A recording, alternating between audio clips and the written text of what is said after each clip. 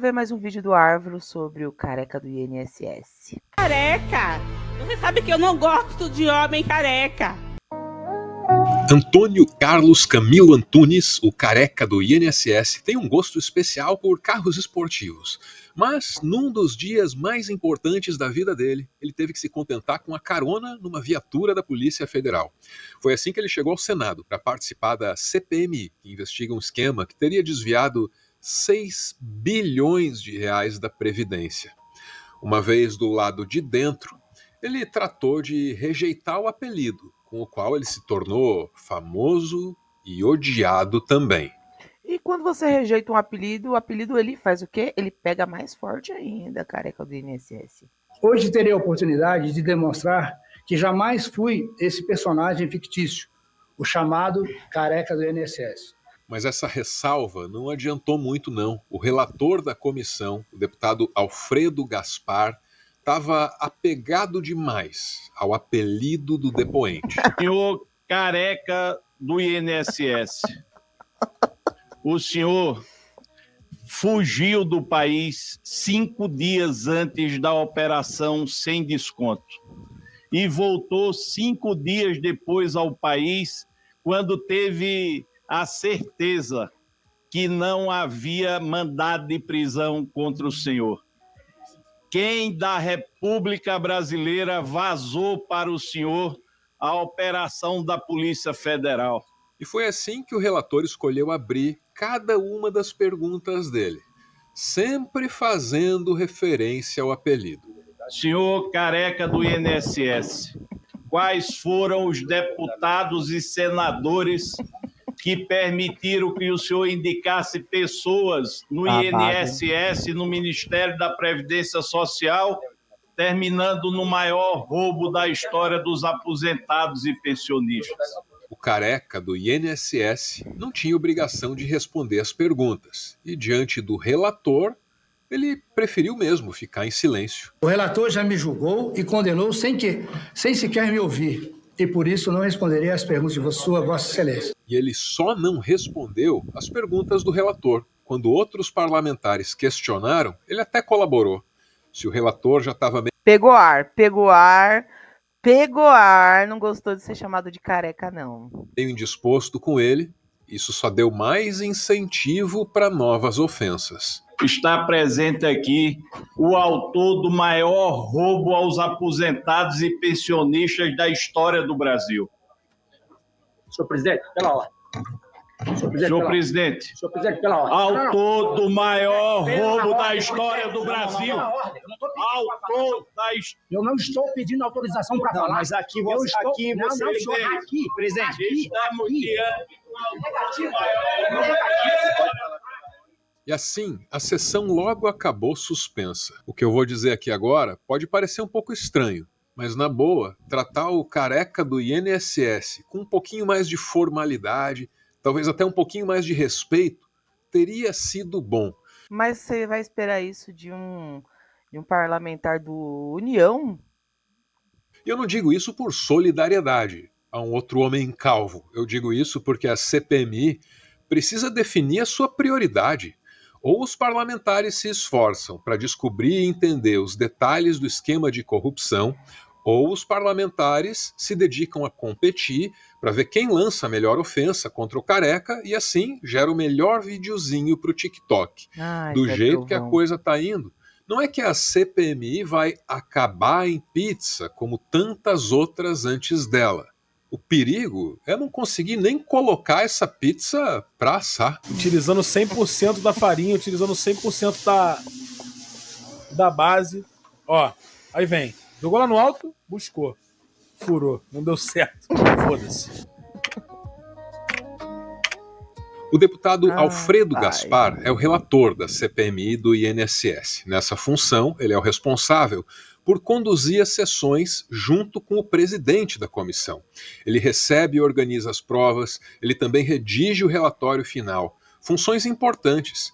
Quem olhasse para o currículo do nosso debochado deputado Alfredo poderia concluir que ele está qualificado para a tarefa. Ele vem do Ministério Público de Alagoas. Antes de ser deputado, era promotor de justiça. uma experiência adequada para preparar alguém para a relatoria de uma CPMI.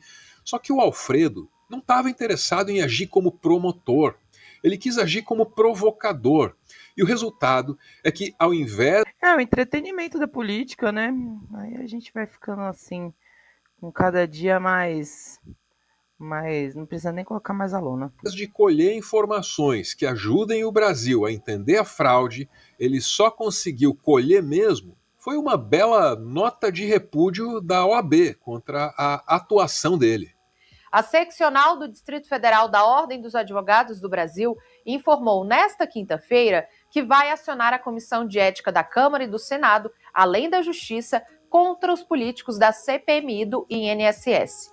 Uma confusão entre os parlamentares e o advogado do empresário Antônio Carlos Camilo Antunes, conhecido como Careca do INSS, terminou com a suspensão da sessão da CPMI, que investiga fraudes do Instituto Nacional do Seguro Social. E não foi só a OAB que reclamou. O presidente da comissão, que atua do lado dele, também fez isso. E essas reclamações são muito reveladoras sobre o quão desastrosa tem sido a condução dessa CPMI, que é tão importante. Nas comissões com os melhores resultados, a regra é uma certa sinergia entre presidente e relator. Mas na do INSS, o presidente precisa ficar pedindo que o relator se comporte de acordo com as suas funções. Mas só depois de cortar os microfones, para apaziguar a confusão e a baderna que o relator começou. Eu vou cortar os microfones. Mas eu não gostaria de fazer, mas vou ter que cortar. Senhores, eu pedi desde o início que, por favor, todos se manifestassem de forma ordeira, urbana e em respeito ao depoente. Aqui também eu quero estender esse pedido ao relator Alfredo Gaspar, que é homem experiente do Ministério Público, que a gente possa conduzir essa sessão dentro dos padrões que a população espera de nós. Não pense que o objetivo aqui é desaprovar a pessoa do relator Alfredo. Longe disso. Não é nada pessoal, mas é importante deixar claro que esse comportamento é muito mais útil para o engajamento do Instagram desse deputado que para o bom andamento de uma CPMI. Óbvio. Um excelente exemplo disso está na participação de Fabiano Contarato. Ele conseguiu demonstrar que o Careca do INSS beneficiou uma certa associação, que mais tarde repassou dinheiro para uma empresa dele. Só que, para fazer isso, o senador Contarato precisou passar ali uns 10 minutos lendo uns documentos chatérrimos. Ótimo material para investigação, péssimo para as redes.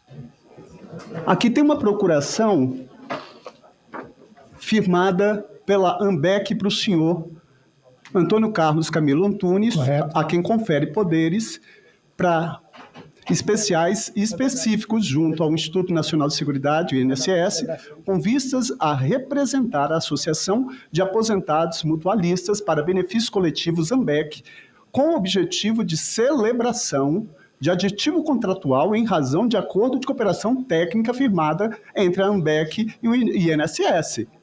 Ora, então o senhor recebeu... O senhor pode verificar a data dessa procuração? Março de 2022.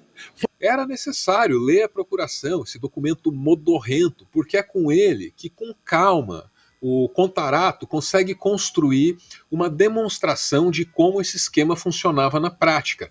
Primeiro, o Careca fazia o dinheiro do INSS e parar nessa associação.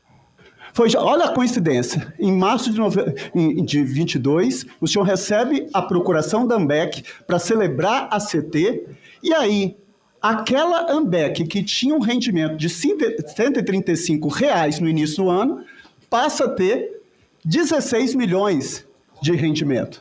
Foi isso que aconteceu.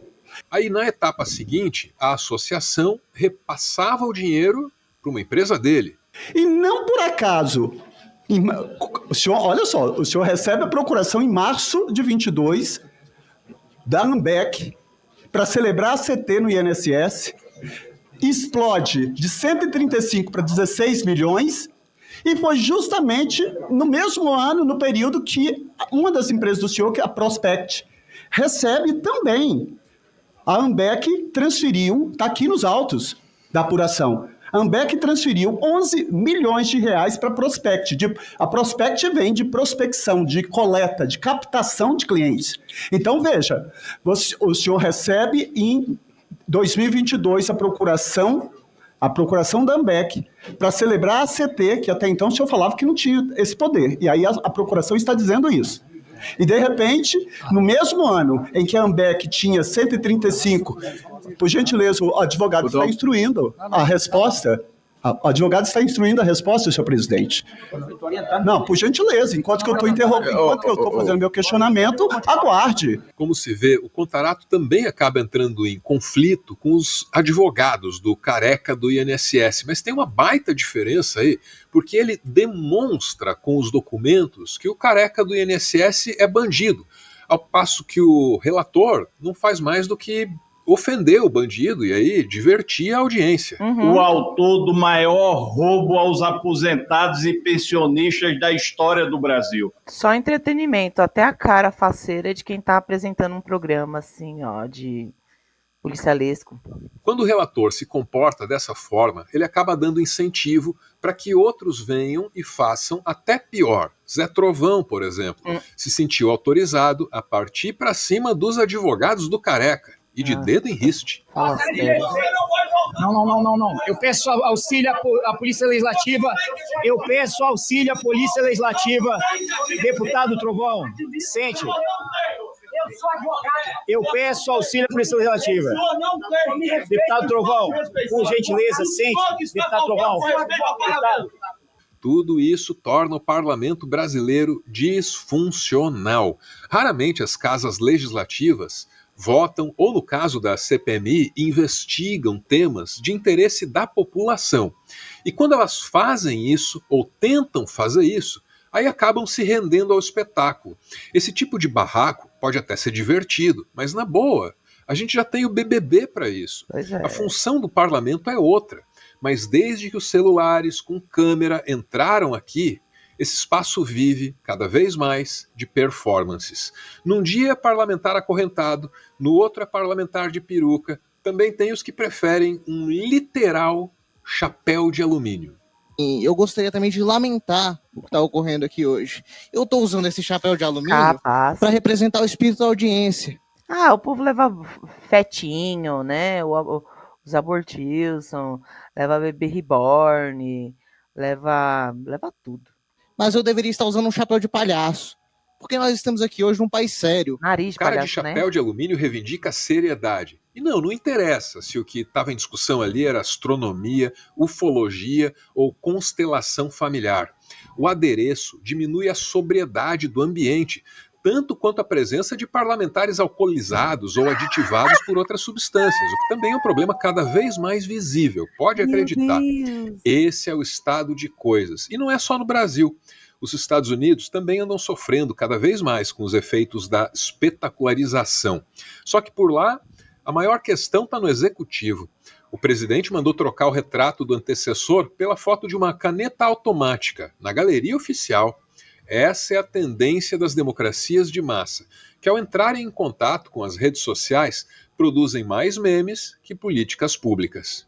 Durante muito tempo, a gente foi ensinado a rejeitar o político profissional, essa figura hedionda. Política não tem que ser profissão, é o que nos diziam. Pois agora tá aí. O choque entre as redes sociais e as instituições democráticas se encarregou de mostrar pra gente que a alternativa ao profissionalismo e à formalidade é o amadorismo. Obras de arte, dinheiro, relógios, armas e carros de luxo. Um lobista e um empresário presos, os dois envolvidos no esquema bilionário de fraudes e desvio de dinheiro de aposentados e pensionistas do INSS. Antônio Carlos Camilo Antunes é conhecido como Careca do INSS. Senhor Careca. Ele é um lobista preso durante a operação da polícia. O empresário Maurício Camissotti também foi detido na ação. Outro empresário e um advogado também foram alvos da operação. Os ex-sócios Fernando Cavalcante e Nelson Williams. Os dois são suspeitos de lavar dinheiro da fraude.